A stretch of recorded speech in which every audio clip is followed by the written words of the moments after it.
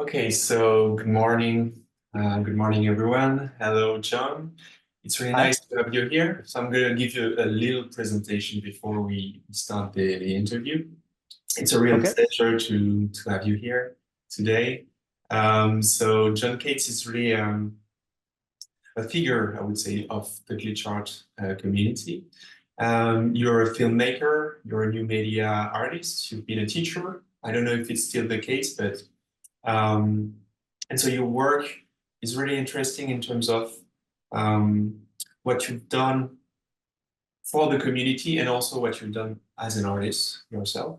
So I'm really happy to have you here today because I think like Thank for you. the Chrono Glitch exhibition, it's just like it would be impossible just to think about this exhibition without you.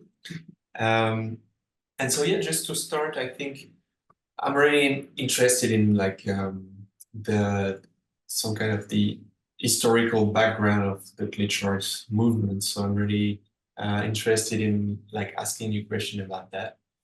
Um, and yeah, just to start with like a really common question that we get in the glitch art community. Do you have a precise memory of the first time you encounter glitch art?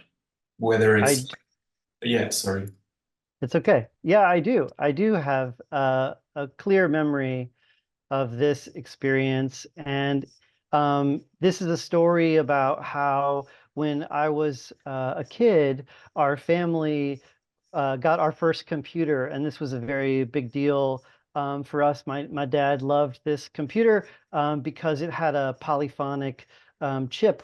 He was a musician, so this was the Commodore 64, which had a polyphonic SID chip, which allowed you to play more complex musical patterns and notes and chords.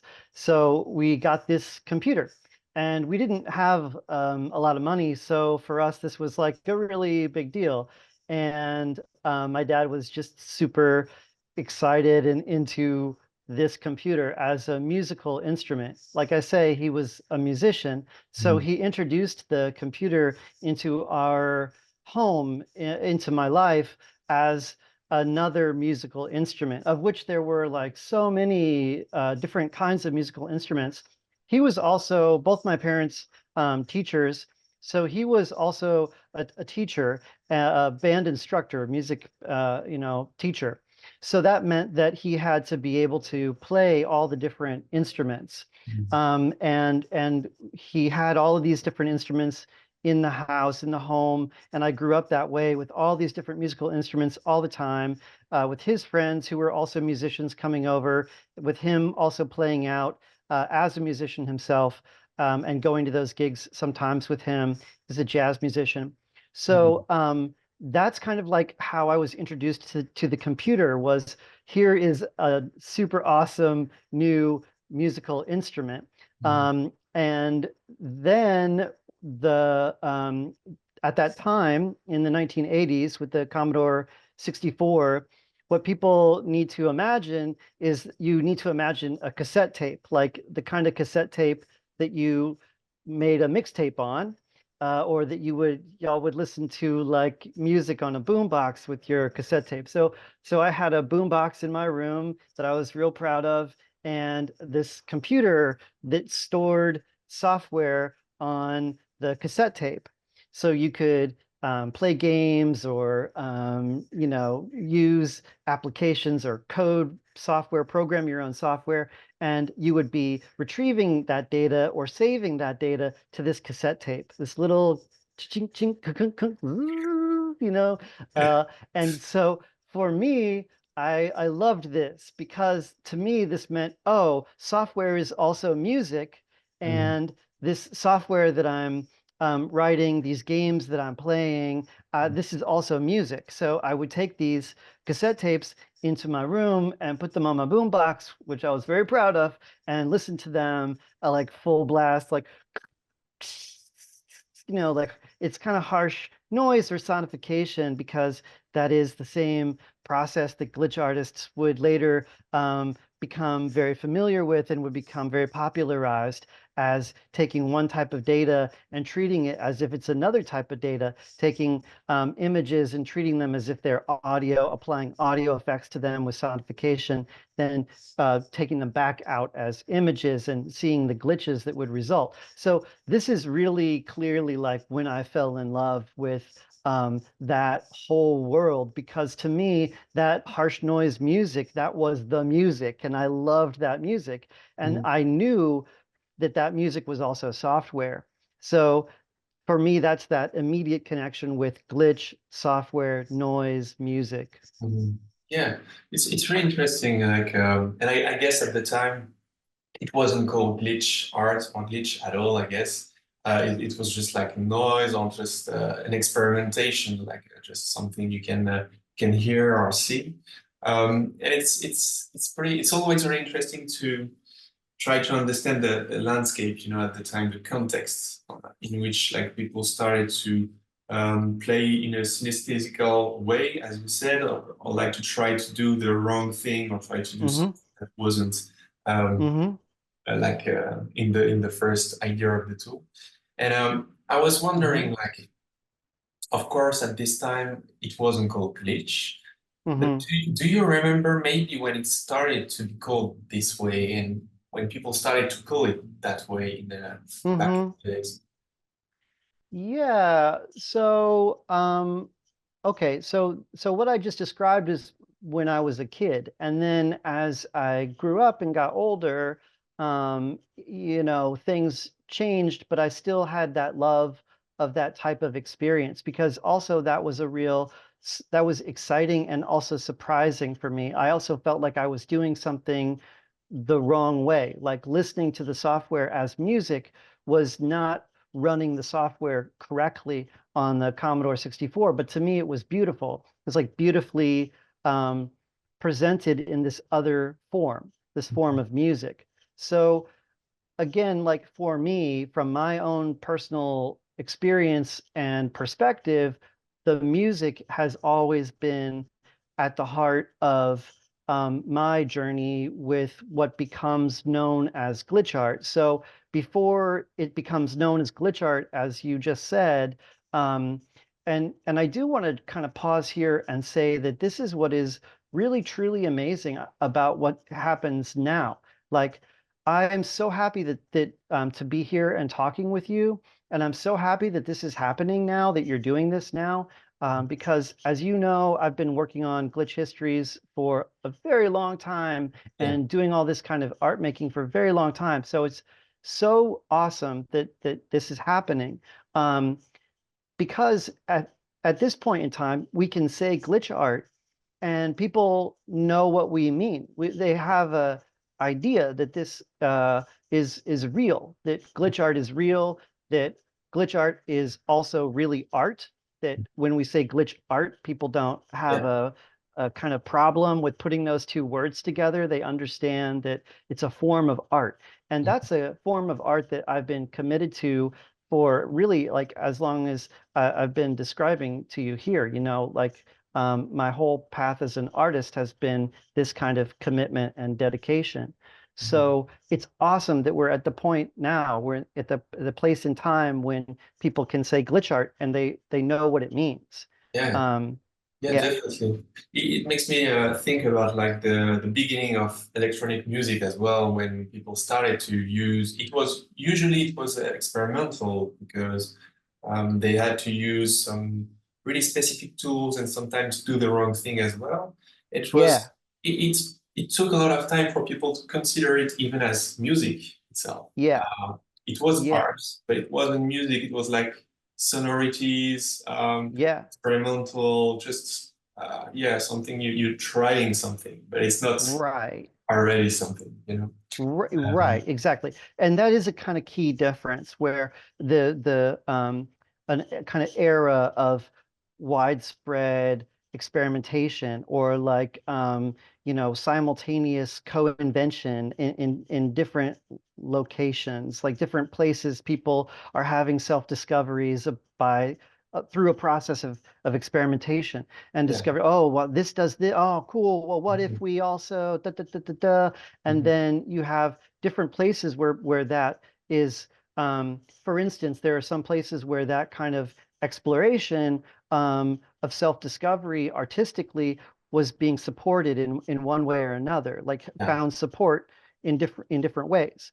And so in those places where it got support in different ways, obviously, it grew and prospered in a certain sense, or like blossomed and bloomed, Yeah. and people got to know it better. Mhm. So yeah, I feel like I did kind of wander a little bit away from what you asked me.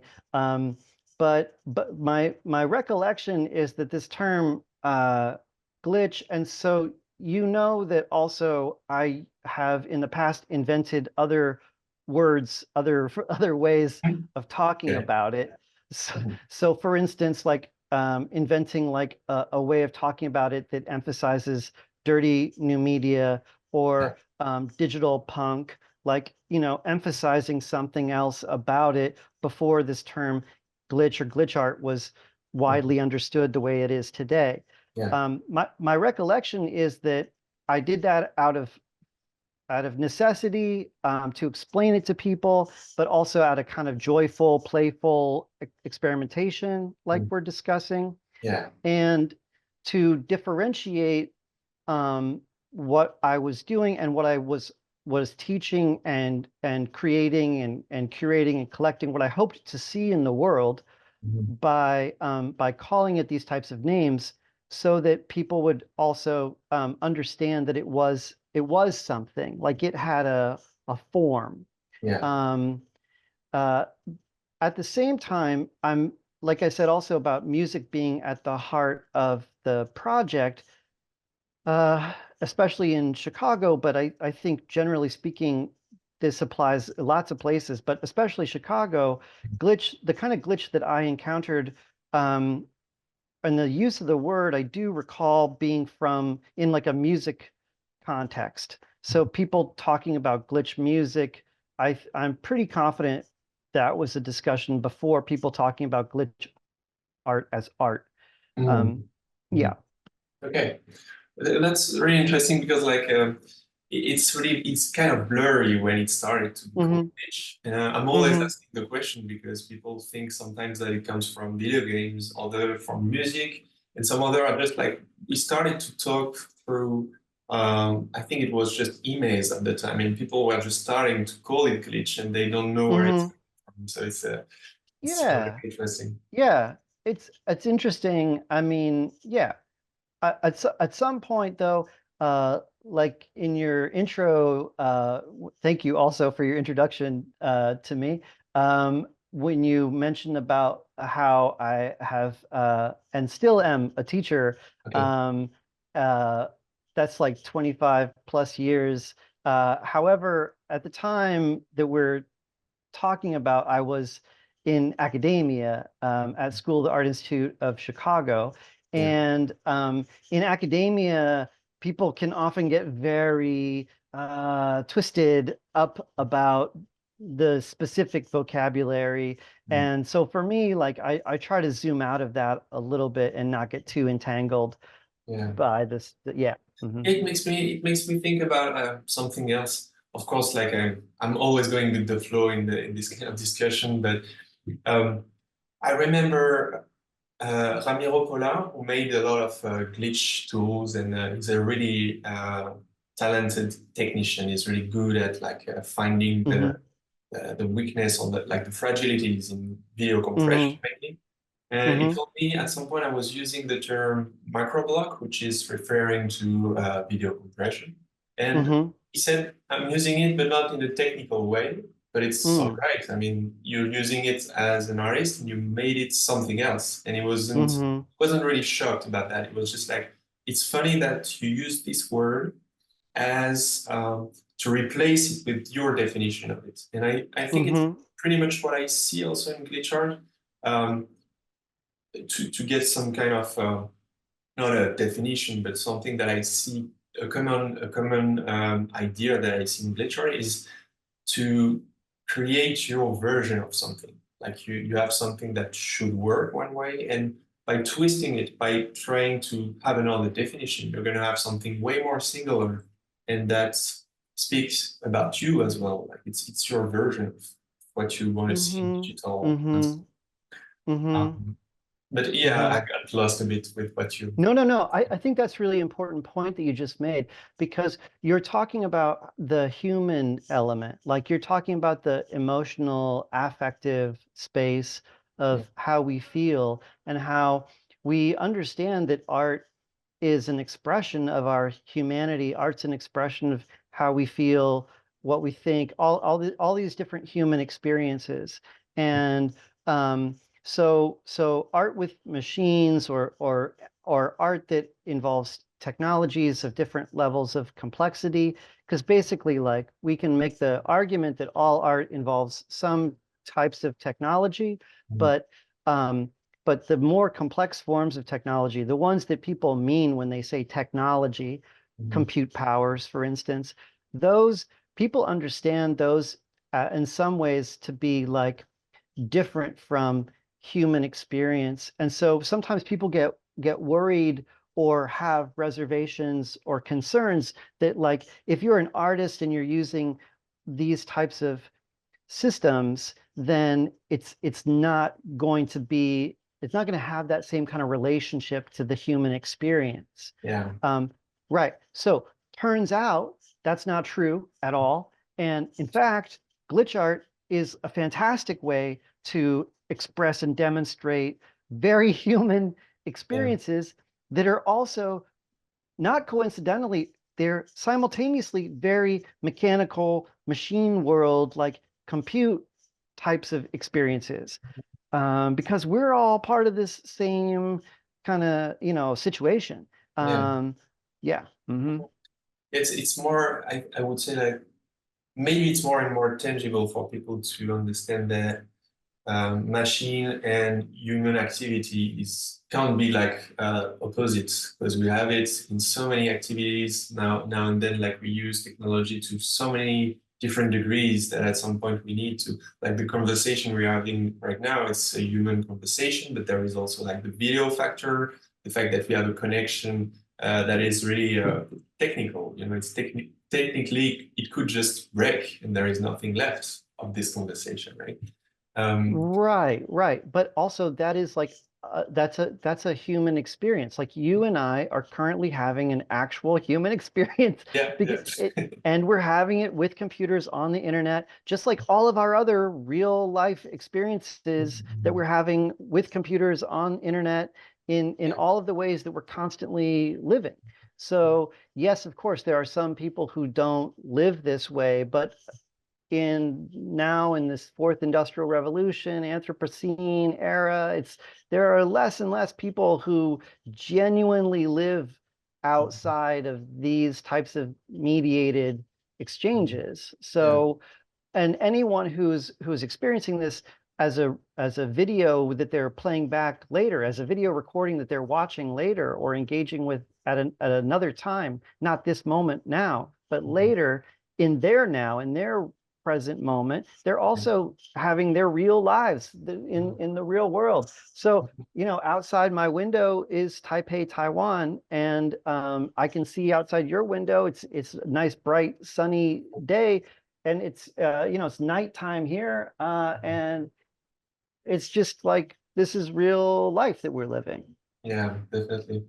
Definitely. I wanted to go back to your teacher academic past, and also what you're doing right now, because I'm not sure where you're teaching right now, since Yeah. it's not academic, right? Right, that's right. So now I teach a class on digital art, which is also focused on glitch art, Yeah. and that is here in Taipei, Taiwan, and it's through a gallery which is called Art Gong or Isheng Gong in Mandarin. And I teach in English because yeah, I have to, unfortunately. My Mandarin is nowhere near the level it would need to be. But so that's fantastic because the people that I'm teaching are also artists and adults, and they come to me at a different time in their lives, a different phase in their lives, when they're really making the choice 100% to spend their time with me in a very, those choices are just very different than somebody who goes to university and chooses to take classes or chooses to enroll in a major, or as a graduate, as an undergraduate student or as a graduate student. Mhm. Um, the kind of teaching that I'm doing now, I find really rewarding and fulfilling because I have a very different relationship with the people. Mhm. Mhm.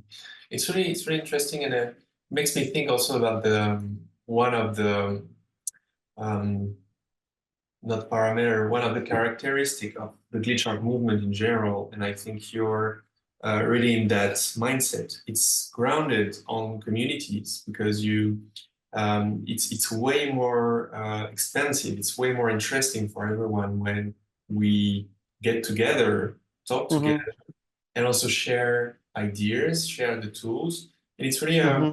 a really important way of considering making art because Hmm. it can be really different in academic, but also like in the contemporary art or like institution art world. Hmm. And I think that you've always been working to create community from your work in Yes. Chicago. Is it, I guess it's also the same in Taiwan as a teacher. Yes. Um, Yes. it's really interesting because it's bringing this new dimension, this new perspective, where people are getting together to do this kind of projects that you're doing right now. And also, it's my kind of my concern now is how do we keep the conversation going? You know, how do we keep making the artists have discussion, have debates?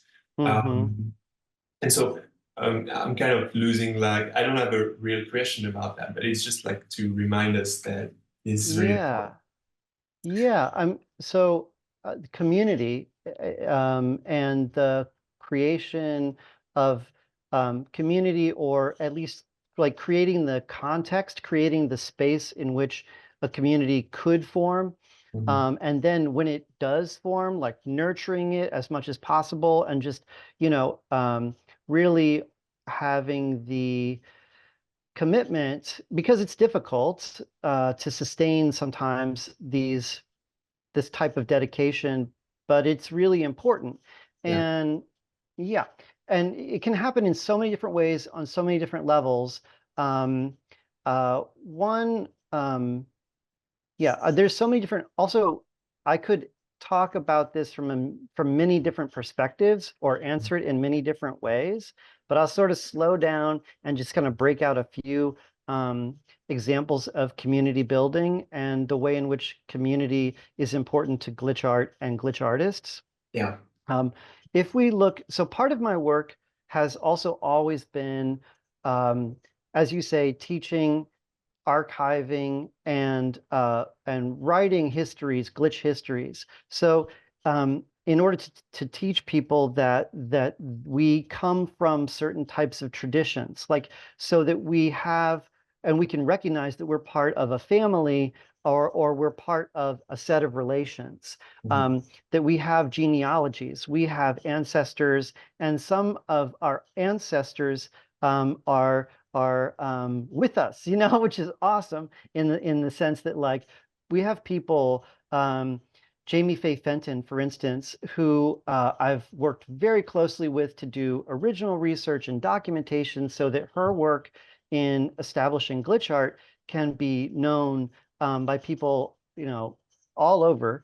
And that has really happened more and more, which is fantastic. Mhm. So Jamie Faye Fenton, for instance, her work also comes out of a community of people in the 1970s. And this is that era that I focused on with my own archiving research and writing, and still do, which is this era of the 1970s in Chicago. And it's very community based, it's very community oriented.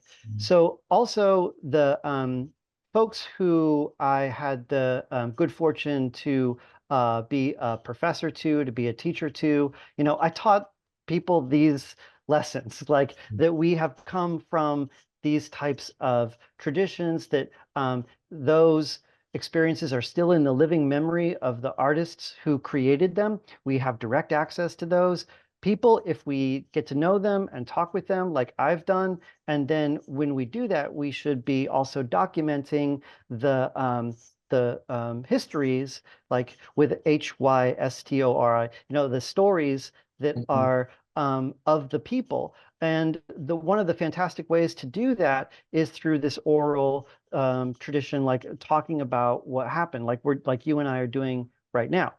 Mhm. You capture all kinds of nuance and inconsistencies, like, Yeah. different parts come out at different times. And even when you tell the same story over and over again, it's always a little different because we're always different. So it's always changing. Mhm. But the fact is that communities are how we keep all of this alive, and Mhm. then communities are where it came from and where it's going. It needs to keep changing, as you say, with people staying engaged in conversation about it. I think that contemporary art, in the most general sense, is a conversation. And so when you are a contemporary artist of any kind, you're choosing to join a conversation. Mhm. And you can be very specific about what conversation it is that you want to be a part of. And then you can learn that vocabulary and speak in that direction, go in that direction. And sometimes it gets like more and more narrow the further you go down a path. Yeah. But there are people with you on that path. You are not alone on that path. You're together with the other people who have the same love of whatever it is that people are pursuing. Mhm. So that happens um, in many different ways.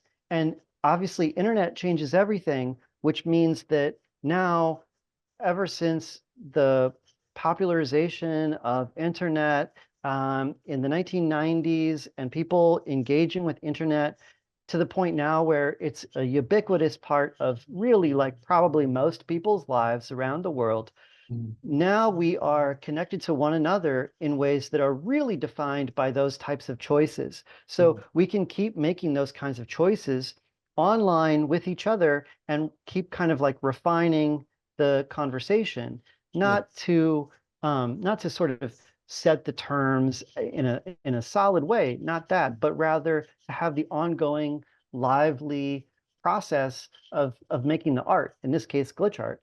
Yeah, yeah, definitely. I guess I get the sensation of that in the Chronoglitch project, of course, because it's really organic, even in the curation that we do. Like, people come and go because they have also lives, Hmm. and they have things to do as well. It can be pretty hectic to be artists, we all know, Hmm. and also we do this on kind of on our free time. We work through Hmm. this idea of creating. It's really challenging, but also it's as soon as the conversation goes, it feels natural, to do it. Hmm. It feels like we have a common idea, and we want to re kind of activate it through discussion, through like trying to find the right person to represent and trying to get the conversation going. Uh, it brings me to one question. Actually, it's interesting that we're talking about the evolution of, like, with social media, for example, with the way we can connect. And I think it's been a huge it had a huge impact on the glitch art community, specifically through, like, for example, the Glitch Artists Collective on Facebook. And I feel like sometimes it feels like it's getting split a bit with all the social Hmm. media you can be on. I Hmm. guess you're on a lot of different platforms as well. Yeah. It Too takes, many. yeah, Way too many.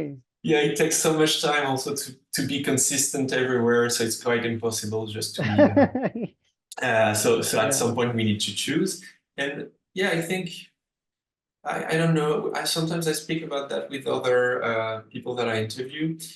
There is this idea, kind of eternal idea of, like, this place where glitch artists could be, and it's not like a corporate place. It's just like some space that's made for us, and that we can Mm. just exchange idea. It's kind of an Mm. utopia in itself. We just Hmm. want Hmm. to have this land, or this space where we can Hmm. live happily and just glitch. um, Uh-huh. and Uh-huh. I think it's kind of difficult to think about that in the current state of internet, because it's getting way more like every social media is trying to grasp the attention, and they want to be better, and they want to make you think that they are different. It's better to be there because it's for artists or Mm-hmm. whatever. They just start Mm-hmm. with a common group, and then it explodes into something else. Um, Mm-hmm. I got the sensation that even inside of the glitch artist collective, we had this sensation of the expansion and the explosion of the number of people inside of the group. Mm-hmm. I was wondering like, how did you perceive this kind of evolution of glitch art through maybe the gag, but also like through your lifetime as a glitch artist? Did you see a lot of different era inside of that? Yeah, definitely. I mean, so I always think and feel about glitch art being right now around 100 years old. Mhm. So I look at like a century of glitch. And from that perspective, we are in the sixth generation or so. Mhm. And you can count these in different ways. But for me, it's not about saying definitively this is but it's rather like to underscore what I was saying earlier. So over those different eras, which I can describe in clear ways that really do demarcate them from one another, there were changes, and the changes include what's technologically possible. Because as glitch artists, we're always working with technologies, and we're also exploring and experimenting with most recent technologies, as well as technologies that have been obsoleted or that are older technologies. So so those technological eras that of change, they also really impact us. For instance, you're talking about social media. What's the impact of social media? Well, we can also look at and talk about social media as a technological event which changed culture in really significant ways. Mhm. So it's not special to glitch art, but glitch artists, of course, experience it in their own way for like their own reasons. Mhm. And the Glitch Artist Collective is a fantastic example where I was really excited when that happened. And, as a fact, there were people from older eras who were not excited when that Mhm. happened, who had a kind of response to it, which was like, that's not what we're about, or that's not glitch art, or I mean, etc. And there was also a funny joke around that time of where's the glitch? Mhm. And this idea of like looking for the true glitches or the actual errors that occur, and sort of the aesthetics of glitch becoming very popular. Um, However, as much as people may have uh, resisted that, it's a kind of inevitability. Like it happened. It's actually had already happened. It happened in the 1980s. Mhm. People don't necessarily think about it or remember it, but Max Headroom, for instance, is a popular television program, and it's fundamentally based on the idea of glitches and the use of glitch aesthetic. So glitch Oh. aesthetic is not something that happens in the 20 teens, but in Mhm. the 20 teens, glitch aesthetic does become incredibly popular. Mhm. And um, but again, it was already popular, for instance, in music. Like Yeah. another, Nine Inch Nails is a good example of a very popular. And I know Rob Sheridan is like Rob is in your list. So like there are people who made that happen at a Mhm. very large scale popularity. Mhm. It's just that like for social media to come at the time that it did on a technological level and then also on a social level, with glitch aesthetic being popularized through that accessibility, you have the glitch selfie and the filters and the affects and the apps on the phones, and then the phone becomes ubiquitous, and now people can't even really like imagine a time before the phone. So, before the phone as we know it, which we are the computer we're always carrying around with us. Um, so like all of that kind of comes together and invites people in, welcomes people in to glitch art in an amazing way. And some people, like Glitcher, for instance, come in and start like glitching the social media itself Mhm. and glitching Facebook itself to make it, do cool glitch art in the posts. Mhm. Um, and then other people are simply using it to share their work Mhm. or share their fun, their experiments themselves, express themselves. And that's Mhm. awesome. And it's awesome that somebody like picks up a phone and installs an app and takes a weird selfie and posts a weird selfie. It's awesome. It's, Yeah. it's maybe it's not like the best glitch art ever, but maybe that's not important, in this moment, in this context. And also like who gets to say what's the best? That's another whole Yeah. contentious Mhm. conversation. Yeah. Yeah, definitely. So yeah, we were talking about apps, and I think Mm. it's really interesting to see that it's kind of a starting point of the idea that a glitch shouldn't be that pure, shouldn't be perfectly made technically with like scripts and really complicated things, intricate and interesting, but also complex. Hmm. And I remember from some of your interviews that you called yourself an impurist. So maybe you can talk a bit more about that. Hmm. Yeah, I am an impurist, which means that I'm not a purist. I'm an impurist. I'm looking for uh, impure solutions, one could say, to the problem of creating art. So what I mean by that is that I don't look for perfection, or I'm not trying to achieve perfection. I'm not a perfectionist, obviously. And I kind of, to me, it sounds obvious to say all of this. Mhm. However, there are people in glitch art who have a very different Mhm. attitude, who are like very Yeah, precisely, very different. yeah.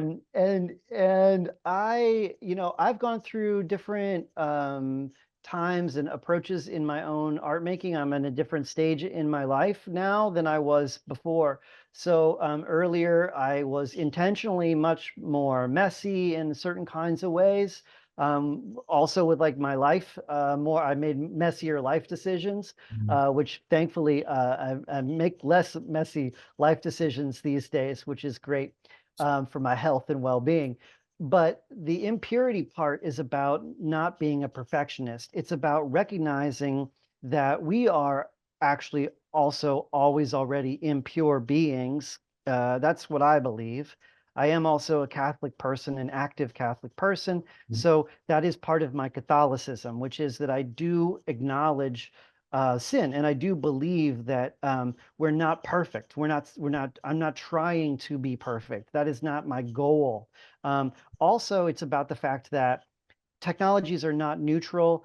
Technologies are material. Mhm. Technologies are also material power. So technologies are the way in which people materialize power, and power gets materialized in the world. Mhm. So you can analyze technology from a perspective of deconstructing the power relationships. And you can say, okay, this is how power is working.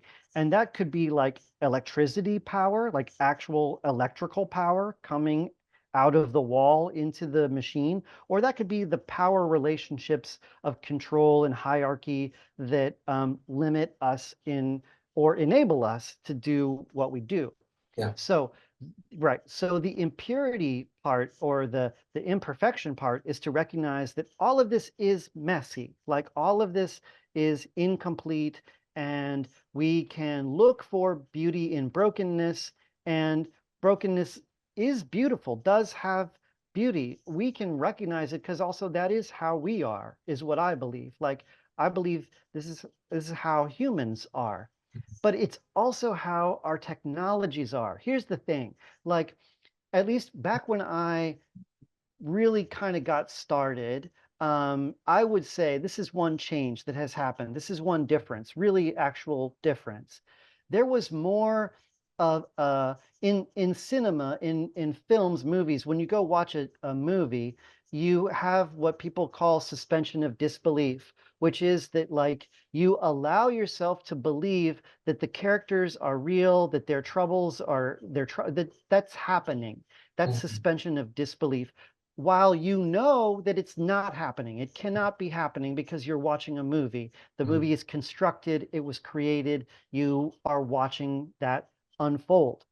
Okay, back when I really got started, I recall very clearly that people had a kind of willful, they pretended that technologies were clean and crisp, and that Mhm. somehow that it was that they were perfect, and that Mhm. because you could pixel push and you could define things by you could really get everything, you know. So there were these ideas that computers could make everything perfect, more perfect.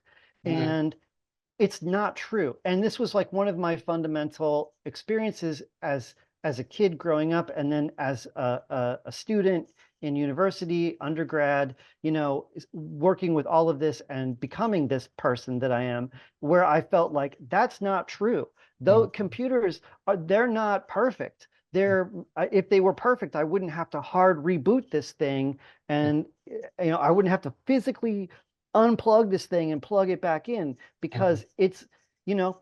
And so when nowadays people are more accepting of the impurity Mhm. that we experience in the machine world, like people kind of, but we still get frustrated. Like when the Zoom stream breaks or something, we get frustrated, but we know that it's not going to work correctly all the time. We Mhm. know now that it's going to glitch.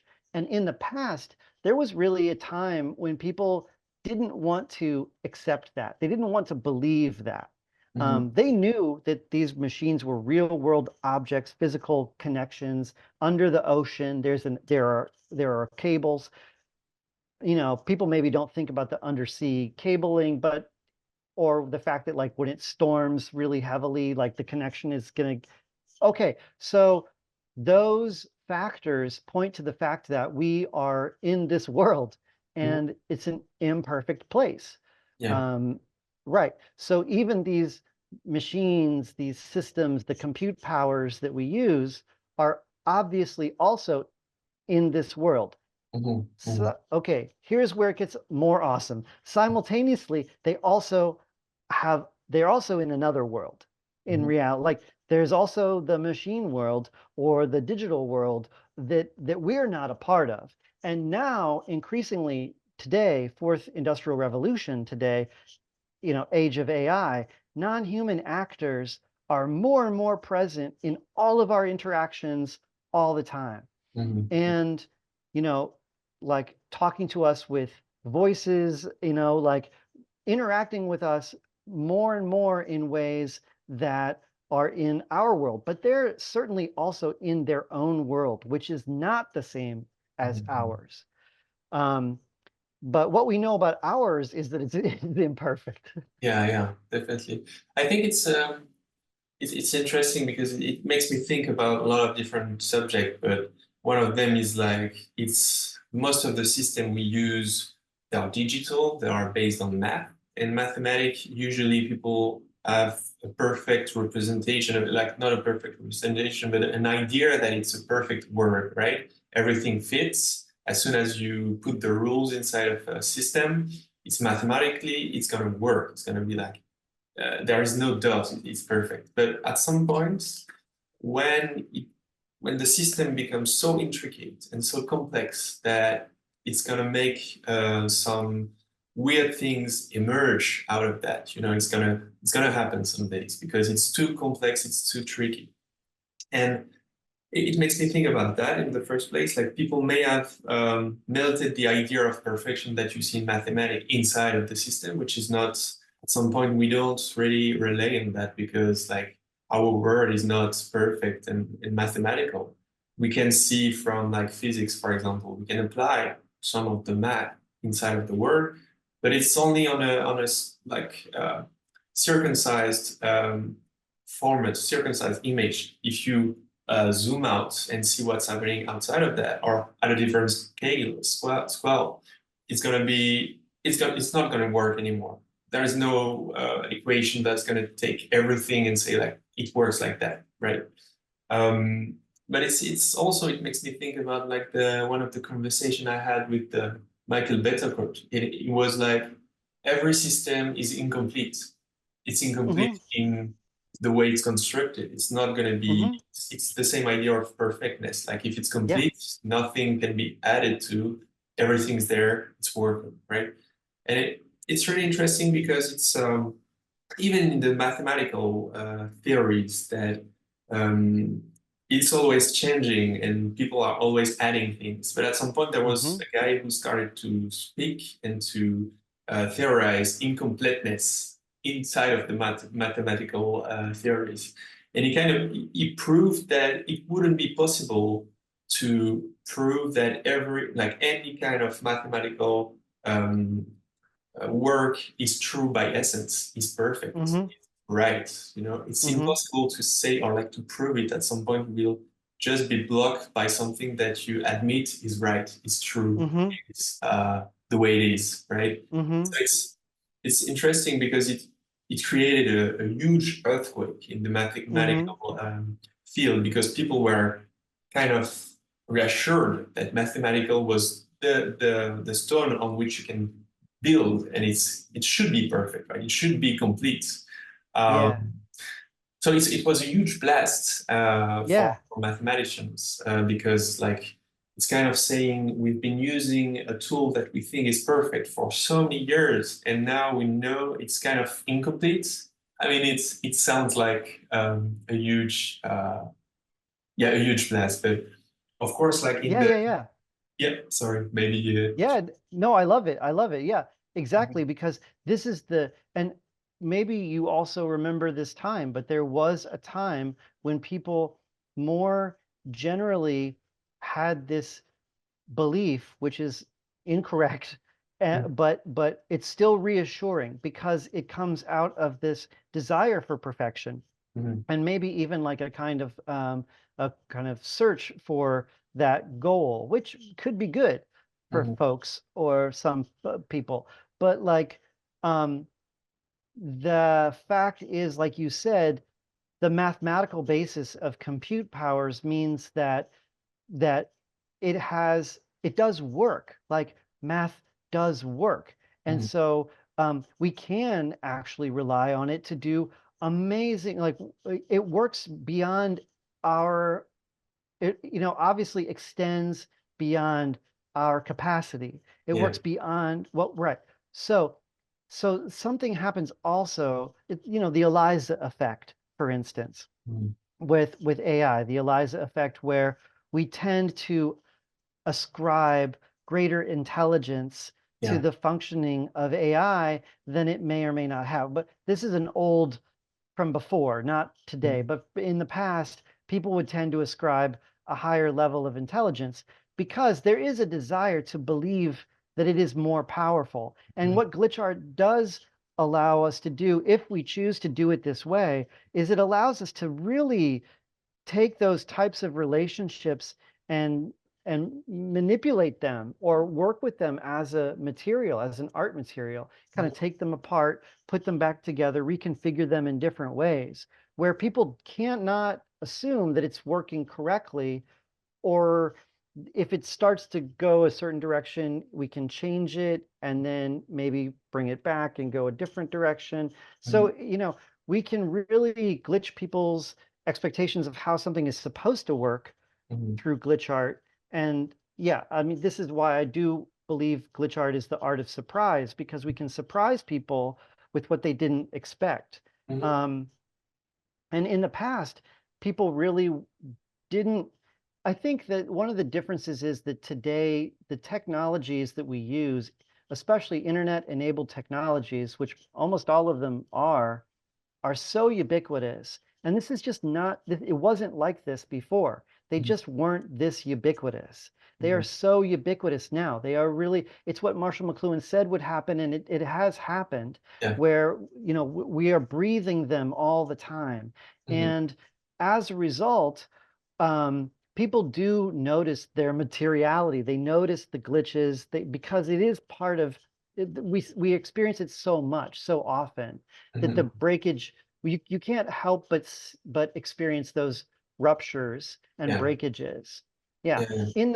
In the past, maybe people could like have the Eliza effect. They could assume it's more perfect, and they were a little more distant, and like, oh, if it looks real clean and crisp and clear, and therefore it must be, you know. But today, I think people know that, as you said, when a system gets complicated enough, weirdness arises, weirdness emerges out of the system. And here's something awesome, which is about like the source of the word glitch, or at least one of the sources of the word glitch, from NASA, from the space exploration program in nation state now known as United States of America, where the specialists, the scientists and technicians, the experts, the astronauts, the people who built the machines, the people who built them, right? The ones who know everything about how it works,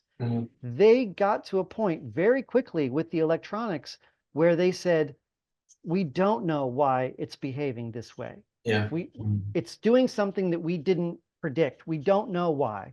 And so they started saying that's a glitch. A glitch, that's their explanation. Well, what happened? I don't know. It's a glitch. Like, because it just and these are the people who built the thing, right? These are not, these are people who understand exactly what's happened, and they're like, I don't know, it's a glitch. Yeah. Yeah. Definitely. So yeah, so if that is how the experts felt in the 1960s at NASA working on space exploration, then that's how sort of everybody feels today, because now we all live in this environment that is so deeply emergent with weirdness. Yeah, definitely. And I think like as you said, maybe like the idea of perfectness of something too clean doesn't still match for everyone, and people maybe are kind of developing an appetite to these kind of images or these kind of ruptures in the system as well. It's something that, you know, it makes me feel about a lot of different subjects, but I think sometimes people want to see this kind of rupture as because it's expressing something they have inside of themselves. Like it's something that is hidden inside, and they feel that there should be this kind of happening in their life. It should happen one way. This is for spectators, but also the artists, I think, because sometimes you want to see this interesting moment happening in your life, so that it's kind of a rupture with, I don't know, maybe the social media feed that you see, and you see something that is kind of singular. It's out of what you experience. Also, if you watch a movie on streaming, for example, at some point, there may be a compression glitch inside of it, or maybe it's a streaming of football play, and it should happen really fast. And so you see one image inside of another one, and you're just like, whoa, what's happening? I know it's the first souvenir of Sky Goodman, actually, this football play. And I think it can kind of, it can come from Sabato too, I think. From Sabato, yeah. Sabato too, I think, yeah. Oh yeah. It's So. interesting because it can come from any angle right now. It can be in the Bluetooth, in whatever you're using. And it's funny because most of my friends, they know I'm doing glitch art. And they just send me when they break their phone, and they're like, "Do you find it? Do you find it cool? Is it a nice glitch?" You know, this kind of thing. It's really interesting because we started to do it on our own, and then it took Yeah, more. It expanded into like the yeah, popular culture even. yeah, yeah, And I'm wondering because I know your work as as also a political perspective. yeah, So we were yeah, talking a bit about like the surveillance capitalism before, yeah. and I'm wondering like how do you put your like what do you think a glitch artist should work on speaking about this subject when you see that glitch art is also being taken as something popular, just an aesthetic sometimes. Well, where do Mm-hmm. you see the role of a glitch artist that um, want to be a bit more criticizing, like to be Mm-hmm. critique or like to stay in a position of yeah of resistance in a way. Mm-hmm. Mm-hmm. Yeah, I think that's great when people decide to do that and really go in that direction. This goes back to being an empirist, though, and also about my teaching philosophy, like how I teach people the types of pedagogy that I create, curriculum that I create and have created over these last 25 years or so. Like I don't prescribe a type of content or technique or approach. So um, I think that people, especially now, need to um, look to themselves and the world that we live in. And, you as an artist, it's hard, it's difficult because you need to find ways to express who you are as well as working with the world as it is today, as well as the world that you want to create. Like we're creating worlds, world building, and literally imagining new possibilities. And we're literally, as artists, creating those worlds that we imagine. It's very powerful. Like we're very, actually, it's a very special, powerful gift and kind of commitment to be in the world as it is, and yet to imagine against odds that it can be different, and then take steps to create that world that we imagine Mhm. in any way that we do it, in any small step or any big leap. All of it is difficult and important Mhm. because that's really the work that artists have to take on. And for me, I always teach that the key to doing this is sincerity. The key to doing this is really being honest with yourself Yeah. at the core. And you have to just be sincere with yourself and honest with yourself and authentic in that way where you can find your own path through this world and follow it with other people. Other people are there with you. You're not alone, but you have to do the work Mhm. and take those steps. So, you know, that's already a challenge. Mhm. And in different places under we all have different enabling circumstances and we all have different limitations. So, there are parts of our lives that we're born into that make certain types of possibilities possible and that limit others. Mhm. So everybody's got different stakes and challenges, but you have to work with that and work with each other in order to do what I'm describing, the Yeah, life of an yeah, the life of an artist. yeah, yeah, yeah. Um, mhm. And I it's different, right? sorry, I cut Yeah. you. It makes me think about the way, like to me, being sincere is also really important. It's the way I describe like the my relationship with the what I know from the world I'm living in. and from what's like the signs I can get from that. For example, you said like we live in a chaotic, imperfect world. This is where I find sincerity because I think I couldn't be showing only just clean images of something that is always working. You know, these like 3D artists working on perfect simulation where everything is fitting and it's a loop and everything is perfect. And we have Yeah. an appetite for that. But I've always thought like this is beautiful, it makes me feel right, but it's not sincere. I don't feel like Yeah. sincerity when I see that because Yeah. it doesn't rely on the idea I get for the world and for what I see and what I can project. It doesn't match in a way. Yeah, yeah, and I guess I would say because I know you're interested in you want to hear narratives about like how things have changed, and you're Mm. interested in my perspective over these decades.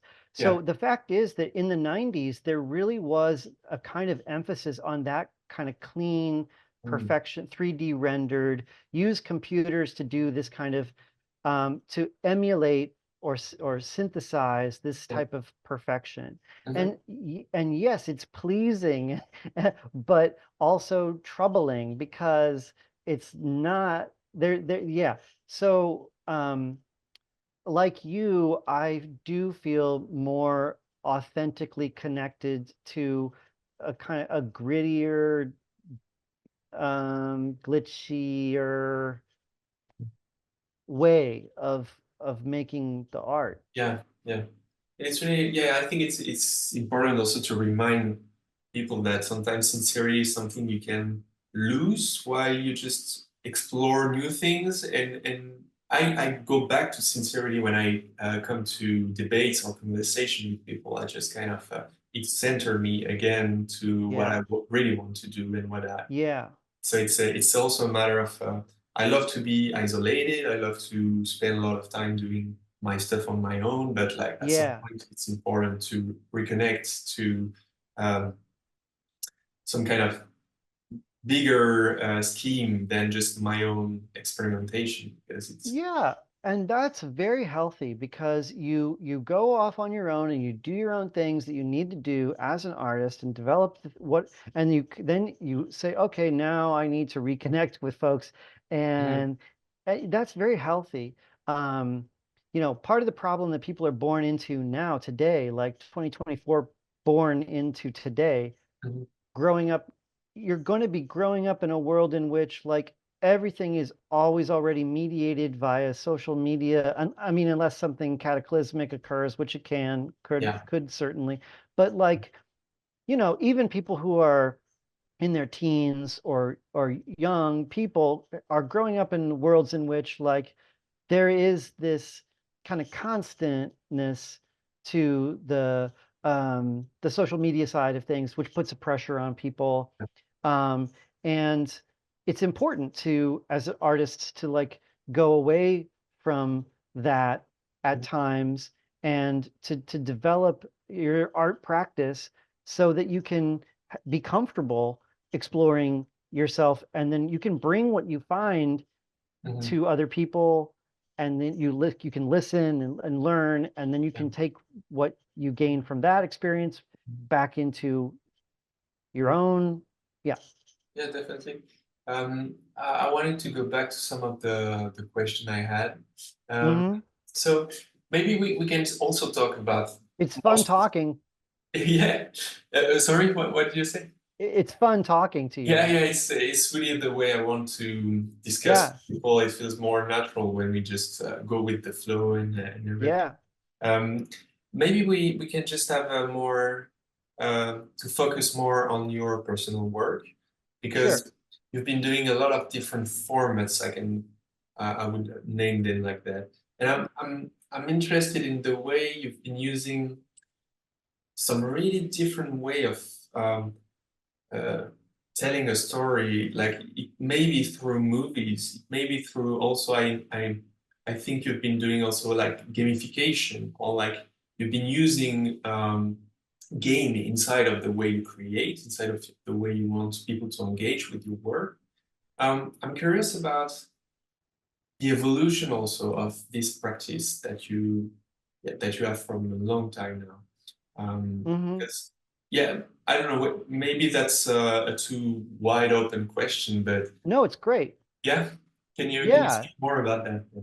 yeah, I would love to.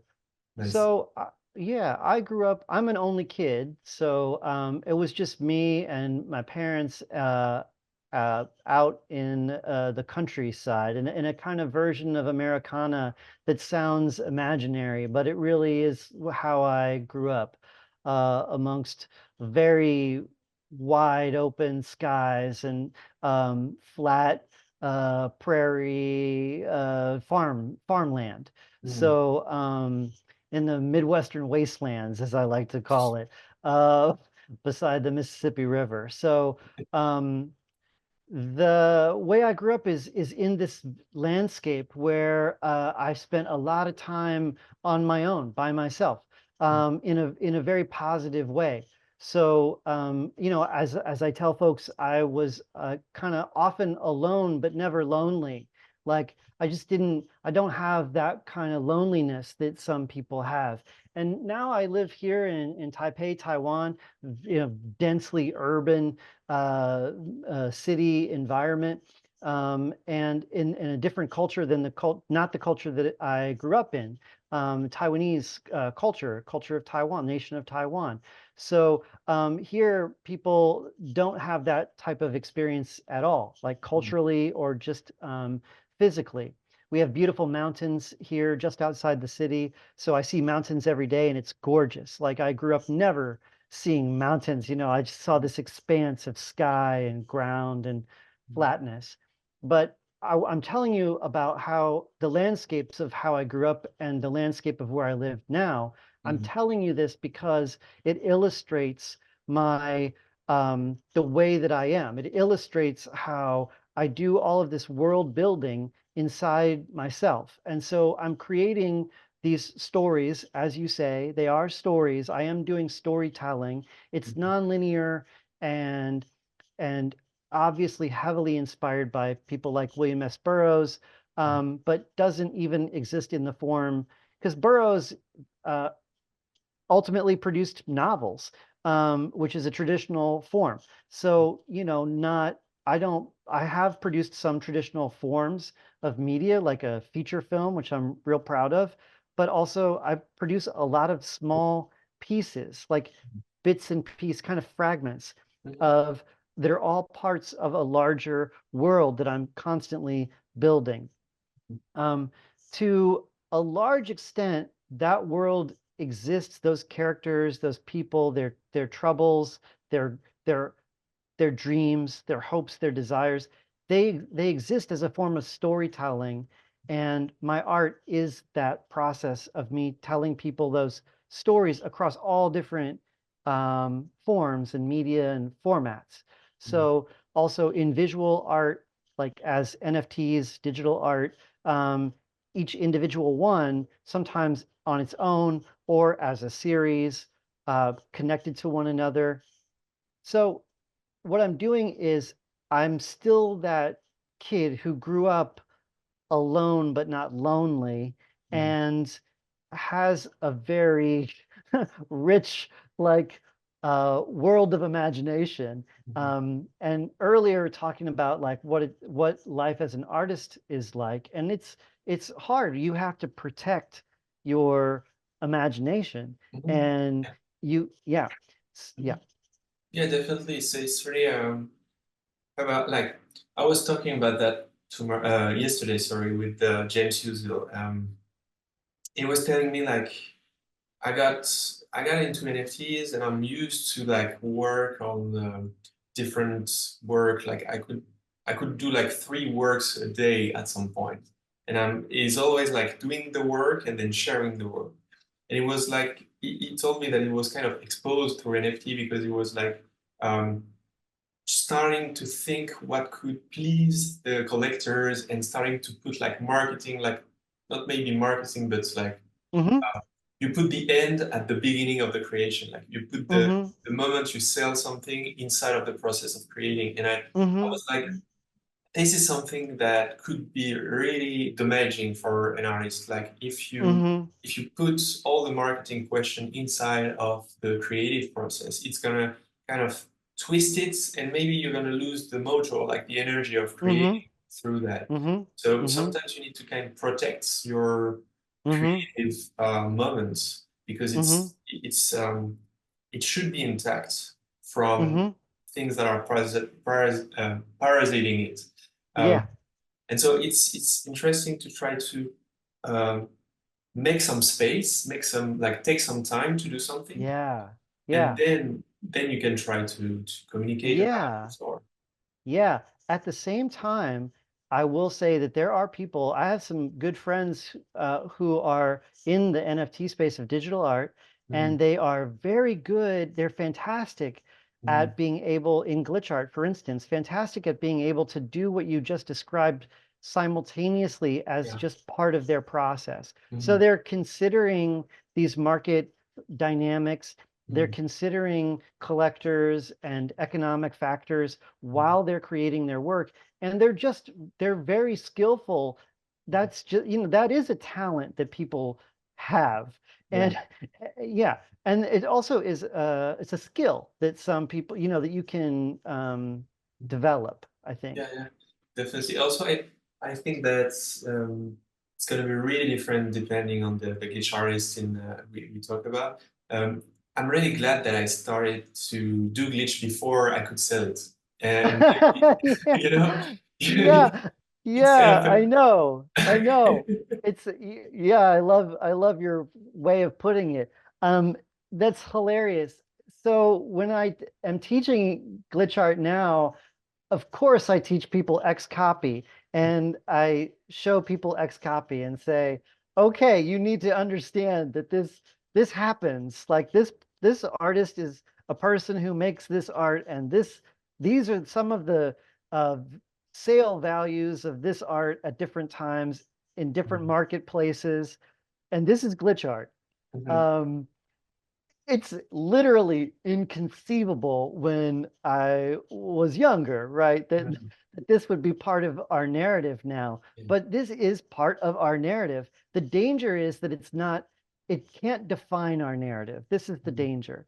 yeah, And this has this with that type of success, any type of success at that scale always presents the danger that it will define a set of possibilities that become as limiting as anything else. mhm, mhm, And one way that I like to explain to folks how this works is the reason why in the United States of America there is no high-speed rail, unlike Taiwan, where there's high-speed rail and we can travel a massive distance in an hour.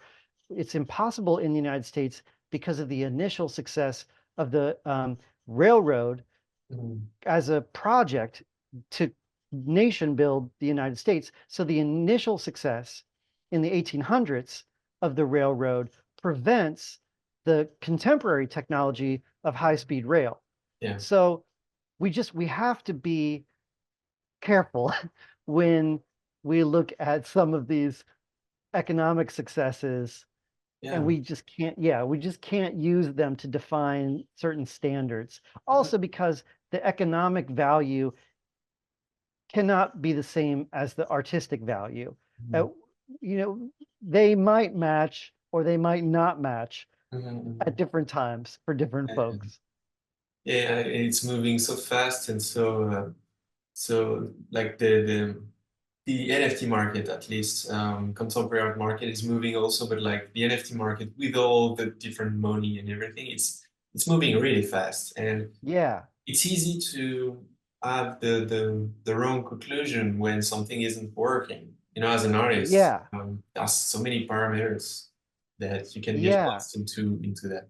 Again, like I know that you're interested in uh, what has changed over time. Mhm. And for glitch art, this is definitely one of those changes that has changed over time, Yeah, which is why it is important that we do recognize it and acknowledge it because it is incredible. It is incredible that anyone can earn any money from yeah, glitch art. yeah, Uh, so definitely. it's awesome. It's Mhm. amazing, and the fact that it could be 10 US dollars or 10 million US dollars is remarkable Yeah. that, but that it's any US dollars or any currency in any currency is really amazing. And I think that that is a super cool, fun fact that um, we did not we don't necessarily come from that. At Mhm. the same time, we do come from uh, traditions in art in which there have been waves of institutional interest. Yeah. And at different points of those waves of institutional interest, from like the 1960s, the late 1960s, for instance, there was this wave of institutional interest in electronic art. Mhm. And then, um, for instance, in the very, very early 2000s, like 2001, 99, 2000, 2001, there was another wave of institutional interest.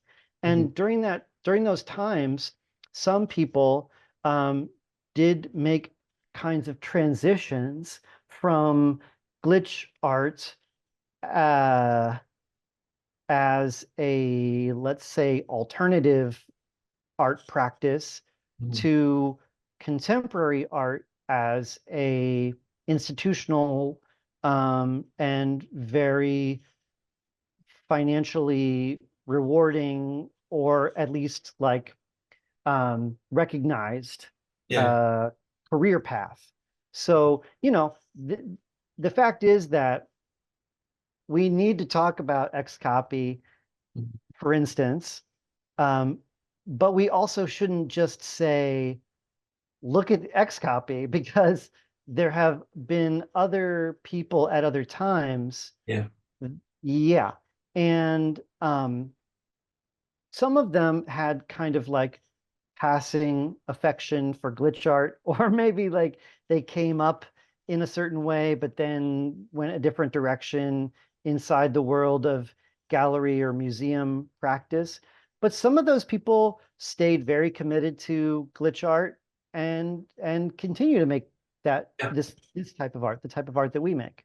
Yeah. Yeah. I think it's also interesting to see the shift that there is in that could happen in the curation we make. Like it may be different with NFT and with the NFT field, but also like for at a point of view of collectors, because like curation is also a way for collectors to understand the depth of the movement. Because we've been talking about that a bit. When it becomes popular at some point, it may be just about a few signs and then it's glitch art. You know, you need a few signs of aesthetic sometimes, and it's just like kind of labeled as glitch art. Yeah. And I think sometimes it's interesting to think in terms of retribution on an historical point of view as well. Like some people have Hmm. been doing this for a long time, and Hmm. maybe they don't want to jump in and do NFTs, but it would like what I see inside of the chrono glitch curation is that we want people to be able to find the information. We want them to be Hmm. able to dig inside of the movement, find like workshops, tutorial biography, ideas, and I think it's really important to find a way to communicate about that. And Hmm. it's kind of a challenge because from what I know about glitch art is collective and the way we create like festivals, Hmm. exhibitions. Yeah. It's always about like we don't wait for institution to come at us and find a way for us to be displayed. Yeah. We want to do it ourselves. Yeah. Um, and and it brings this idea that it's possible for an artist to be a curator, to be Yeah. a collector as well, to be, and That's right. it's kind of a freedom in itself when you can think about that. That's right. Like Absolutely. you don't Yeah. have to, maybe you don't have to, like if you think in terms of that festival exhibition, you don't look for galleries, for example. You don't look That's for right. an existing festival. You just go for what you want to do and you do it with your rules, with your own ethic. That's right. Um, Absolutely. and I think like this, maybe like a lot of glitch artists don't see it in NFT, but like it's a way for us to bypass some of the institution that we may Absolutely. look for in the first place. Absolutely. Absolutely. I mean, sure. okay, I'm going to try to keep on track here, but there's a rhetoric around Web3, which oftentimes people in who are hardcore adherents to Web3, maybe, I don't know, they might be a little younger. I don't know how old they are, but they seem to not know that Web0 had some of the exact same principles built into it. Mhm. For instance, decentralization is a core concept of how internet works. Mhm. So, yeah, what's awesome about Web3 NFTs is that it is a realization of these types of possibilities, which are techno-social possibilities. They're technological, but they're also social. They're what people can do together.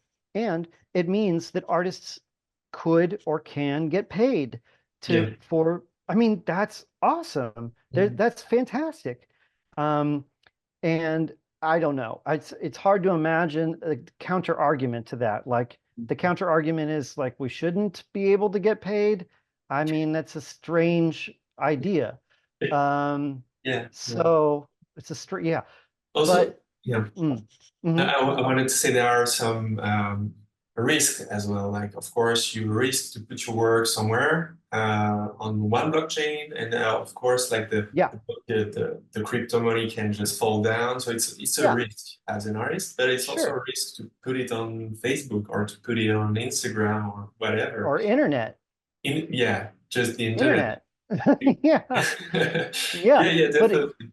it's a Definitely. risk reward. If you have to look at the risk reward, Yeah. like the risk reward for me, not from a business perspective, but from an art perspective, is the reward is sharing it with people and getting to know someone like you. Like Yeah. Yeah. now we know each other, and we've known each other actually like a fairly long time because of Mhm. all this type of glitch art. Yeah. And because we love glitch art. So we've known each other a long time this way. Mhm. And we can really build relationships with folks in across the world, Mhm. and that's awesome and amazing and now possible. So yeah, um, another part of what you were saying was about kind of you didn't use these words, but DIY and DIT Yeah. and an independent spirit. So for Mhm. me as an artist, this is exactly how I was motivated to start to make the art and share the art in the world in contexts both on internet as well as contexts like just self-organize and just create festivals and events. At the same time, this is like in like 99, 2000, 2001, 2002, all the way up to like maybe 2005 and further. During this time period in Chicago, it was also simultaneous with a wave of institutional interest. Yeah. So, Museum of Contemporary Art in Chicago, I was also curating, organizing, doing performing, doing work there. Mhm. And internet simultaneously, and bars, galleries, basements, alternative spaces, Mhm. my friends, their houses, you know, these kinds of and the fact is that that is also the real world that we really live in, Mhm. where you can and should self-organize. And if you have the enabling circumstance of any kind where, for instance, I like to share with folks about Jason Soliday in Chicago, who ran a space called Enemy. And Enemy in Chicago is where the gli.tc/h, the glitch festivals, first occurred at Mhm. Jason's house, is his Mhm. house. He lived Okay. there. Mhm. People from all over the world came to Chicago to go to the glitch festivals at Jason's house because because he It's was crazy. like, yeah. And also we would go to Jason's house maybe 4 times a week, three Mhm. times a week for noise shows and glitch events. And we were all there together, Mhm. performing, experimenting, improvising, creating the culture of that time and place together. But what I'm trying to emphasize here is Jason Soliday literally opened the doors to his house, Yeah. including with a note on the door that said, "Don't let the cat out." You know, like look out for the don't look out for the cat. Don't let my, you know? And Yeah. so that is a level of generosity that he was able to give and create community, build community because he had that opportunity, he had that possibility to let people come over. I mean, his house was also, you know, a loft space that looks, if you look at it, looks like an alternative gallery, alternative art space. Yeah. Um, it doesn't look like someone's house, except sometimes you can sometimes see there's a kitchen right there, you know, and yeah, stuff like that. So I think this organizing some events was always because I come from punk rock. I grew up punk rock, and that's the punk rock ethos is that you just do these things because you believe in them and you Yeah. want them in the world. You want this to happen in the world, so you do this. Yeah. And yeah, and you invite people, and if people come, cool. And if people don't come, okay, do it again. Mhm. Or yeah, you know, Yeah, yeah. definitely, and I think it's really inspiring because when I was talking with Mark Klink, I think it was 2 weeks, one or 2 weeks ago, Mm-hmm. and he was like he had a lot of things to do in his own life, and he was kind of saying, Mm-hmm. "I'm sorry, I can't keep up with glitch art," and we were Mm-hmm. just like, it's um, we don't hunt glitch artists who just went away. It's just like that. Mm-hmm. You get a life, you get to take care of other things, and also Mm-hmm. because you've done the work you've done, doing Mm-hmm. tutorials, doing glitch art, being generous, it Mm-hmm. inspired the new generation to do the same. So Mm-hmm. Mm-hmm. you've done what you had to do, and if you want to Mm-hmm. come back, it's cool. You still have a Mm-hmm. place here. Um, Mm-hmm. but like there is definitely the next generation starting to work at the same in the same idea and the same ethic, and so he Mm-hmm. was kind of relieved to hear that. I think he was Mm-hmm. kind of happy to hear that it was an ongoing Mm-hmm. thing, and also that because sometimes you put a lot of effort into something, and because you trust it, you want to see it happen, and Mm-hmm. you don't even think that it's gonna rebounce or bounce again Mm-hmm. with someone Mm-hmm. else or in another Mm-hmm. form. But it Mm-hmm. happens. You don't have to wait for Yeah. it, otherwise you may get frustrated. But it's gonna happen one day. Yeah. I Yeah. love this idea. I think it's what inspired me to do this project, to do the discussions, because I've learned through like personal lessons from the artists. Sometimes they started to explain to me how to use the code, how to use scripts, Yeah. and to take the time for a newbie, a newcomer to just have fun with like complex tools. And so I'm Yeah. still, I kind of want to give that back, not to the person specifically, but to the community, to the Yeah. people. I mean, also what you're doing with the interviews or discussions, they're not, they're discussions, conversations. What you're doing with the conversations is developing an archive, a database Mhm. of oral tradition, oral histories, where people are telling you the stories Mhm. of how they feel, where they come from, why they Yeah. do what they do, how they do what they do. And all of that is just priceless. I mean, it's a real treasure.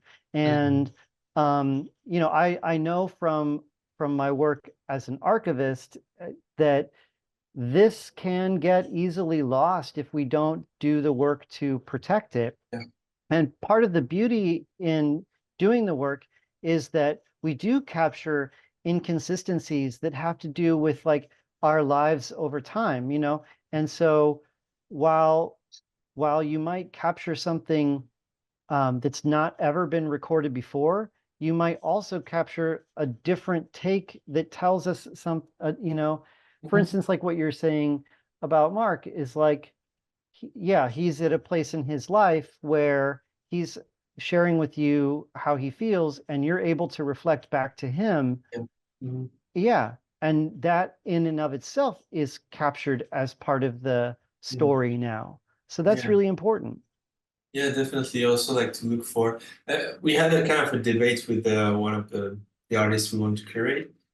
Um, if we want to be professional in the way we engage with people, and I don't think we want to be professional. There are a lot of things that are really unprofessional in the way we reach out to people. And it's like some glitch artists will see it as it's cute. It's a cute fragility inside of the project. You know, we love to see imperfection in that way as well. Yeah. Also, we don't force it, like we don't Yeah. enforce the Yeah. project to be completely chaotic and everything. It's just Yeah. Yeah. It's a way funny, like it's funny that you bring this up because there are some very like there's some sides of glitch art and glitch artists who are very chaotic, and some chaotic good and some chaotic other chaotics yeah, out there. There's all kinds. Um, and the reality is like that if you approach people with respect and you respect their art, then that should be the message that people hear and understand is that you respect them and you respect their art. Um, yeah. The other part about it is that like when when when there's a major institution or institutional funding, and some people have worked very hard and have been very successful and have achieved levels of where that to them now is their standard. Like their standard is dealing with that level of museum institution. And that's cool. That's great for them that they've had that level of success. But clearly, if you're self-organizing a project, you're not going to have the same resources as, but you know what? Here's the reality. I've worked with everybody, like from all different levels. And the reality is that this myth that the big institution is more organized and more together and more respectful and has money is not true necessarily at all. So, for folks out there who are thinking, well, I shouldn't get involved in something that is self-organized, or I shouldn't self-organize myself because I think, yeah, the lesson is to just try things and do things because we can do them together.